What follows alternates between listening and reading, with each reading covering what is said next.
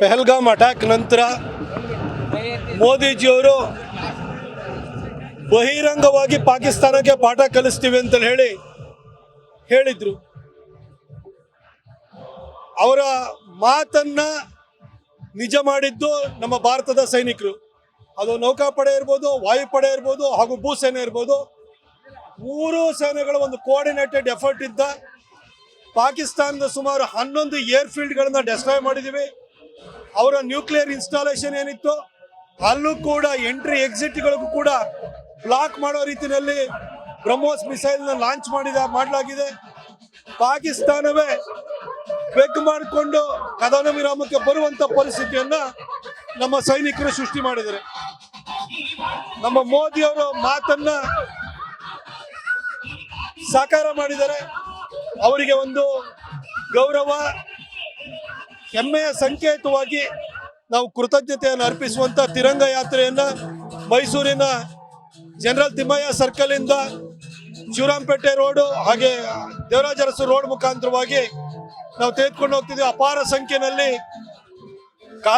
ಶಾಲೆ ಕಾಲೇಜು ವಿದ್ಯಾರ್ಥಿಗಳು ಬಂದಿದ್ದಾರೆ, ಸಾರ್ವಜನಿಕರು ಬಂದಿದ್ದಾರೆ, ಎಲ್ಲ ಧರ್ಮಗಳ ಗುರುಗಳು ಕೂಡ ಬಂದಿದ್ದಾರೆ. ಒಂದು ಅದ್ಭುತವಾದಂತಹ ತಿರಂಗ ಯಾತ್ರೆ ಇವತ್ತು ನಡೀತಾ ಇದೆ.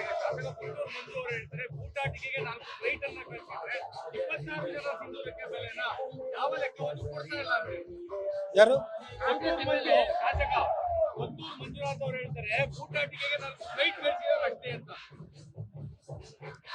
ಆ ಕೊತ್ತೂರು ಮಂಜುಗೆ ಅವ್ರ ಪಕ್ಷದ ರಾಷ್ಟ್ರೀಯ ನಾಯಕರು ಆಗಿರುವಂತಹ, ಅವ್ರ ಪಕ್ಷದಲ್ಲಿ ಅತ್ಯಂತ ಮೇಧಾವಿ ನಾಯಕರಾಗಿರುವಂತಹ ಶಶಿ ತರೂರು ಏನು ಹೇಳಿಕೆ ಕೊಟ್ಟಿದ್ದಾರೆ ಅಂತ ಸ್ವಲ್ಪ ನೋಡಕ್ಕೆ ಹೇಳಿ. ಈ ಕೊತ್ತೂರು ಮಂಜುಗೆ ಈ ರಿಯಲ್ ಎಸ್ಟೇಟು ವ್ಯವಹಾರ ಬಿಟ್ಟು ಈ ದೇಶ, ಧರ್ಮ, ರಾಷ್ಟ್ರೀಯತೆ, ಯುದ್ಧ ಅದ್ರ ಬಗ್ಗೆ ಏನೂ ಐಡಿಯಾ ಇಲ್ಲ. ಅವ್ರಿಗೆ ಸ್ಕ್ವೇರ್ ಫುಟ್ ಹೇಳಿದ್ರೆ ಮಾತ್ರ ಚೆನ್ನಾಗಿ ಗೊತ್ತಾಗುತ್ತೆ. ಇದು ಯುದ್ಧದ ವಿಚಾರ ಅವ್ರಿಗೆ ಗೊತ್ತಿಲ್ಲ. ಯುದ್ಧದ ವಿಚಾರ ಅವ್ರಿಗೆ ತಿಳ್ಕೋಬೇಕು ಅಂದ್ರೆ ಶಶಿ ತರೂರ್ ಅವ್ರನ್ನ ಹೋಗಿ ಒಂದ್ಸರಿ ಮಾತಾಡ್ಸಕ್ ಹೇಳಿ ಅವ್ರಿಗೆ.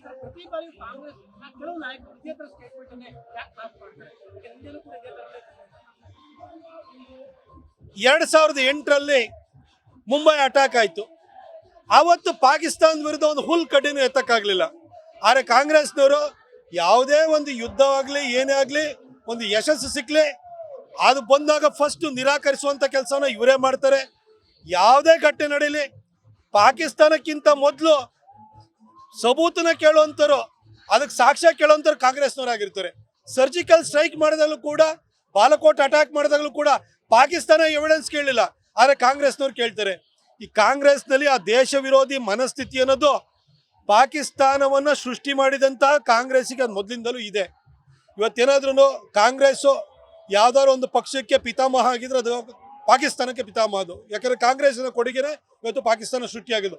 ಹಾಗಾಗಿ ಇಂಥ ಯಾವುದೇ ಘಟನೆ ಸಂಭವಿಸಿದ್ರು ಕೂಡ ಪಾಕಿಸ್ತಾನ ಪರವಾಗಿ ಪ್ರಶ್ನೆ ಮಾಡುವಂಥದ್ದು, ಅನುಮಾನ ವ್ಯಕ್ತಪಡಿಸುವಂಥ ಕೆಲಸವನ್ನು ಕಾಂಗ್ರೆಸ್ ಮಾಡುತ್ತೆ.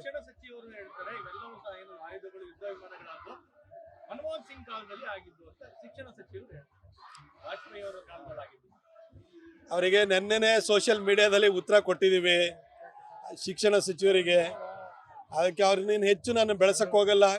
ಏನಾಗುತ್ತೆ ಅಂದರೆ ಸರಿಯಾಗಿ ಸ್ಕೂಲು ಕಾಲೇಜು ವ್ಯಾಸಂಗನ ಮಾಡಲಿಲ್ಲ ಅಂದರೆ, ಒಳ್ಳೆ ಡಿಗ್ರಿ ತೊಗೊಳ್ಳಿ, ಈ ಅನ್ಪಡ್ಗಳೆಲ್ಲ ಈ ರಾಜಕಾರಣಕ್ಕೆ ಬಂದರೆ ಅವ್ರಿಗೆ ಇದೇ ಆಗೋಂಥದ್ದು. ಜ್ಞಾನ ಇಲ್ದಲೆ ವಿದ್ಯಾವಂತರು ರಾಜಕಾರಣಕ್ಕೆ ಬರಬೇಕು ಅಂತ ಜನ ಯಾಕೆ ಹೇಳ್ತಾರೆ ಹೇಳಿ? ಯಾಕಂದರೆ ಈ ಅವಿದ್ಯಾವಂತರು ಬಂತು ಅಂದರೆ ಇಂಥ ಮಾತುಗಳನ್ನು, ತಿಳಿಗೇಡಿ ಮಾತುಗಳನ್ನ ಆಡ್ತಾ ಇರ್ತಾರೆ. ಅದಕ್ಕೆ ಈ ಮಧು ಬಂಗಾರಪ್ಪನು ಕೂಡ ಒಂದು ಉದಾಹರಣೆ ಆಗಿದ್ದಾರೆ. ಅವ್ರ ಅಣ್ಣನ ಹೇಳಿಕೆನ ಕೇಳಿ, ಅವ್ರು ಯಾವ ಕಾಲೇಜಲ್ಲಿ PU ಮಾಡಿದ್ದಾರೆ, ಡಿಗ್ರಿ ಮಾಡಿದ್ದಾರೆ ಅಂತ ಫಸ್ಟ್ ಸರ್ಟಿಫಿಕೇಟ್ ತೋರ್ಸಕ್ಕೆ ಹೇಳಿ. ಇಂಥವ್ರೆಲ್ಲರೂ ಬಂದರೆ ರಾಜಕಾರಣಕ್ಕೆ ಇದೇ ಥರ ಹೇಳಿಕೆಗಳು ಬರ್ತವೆ.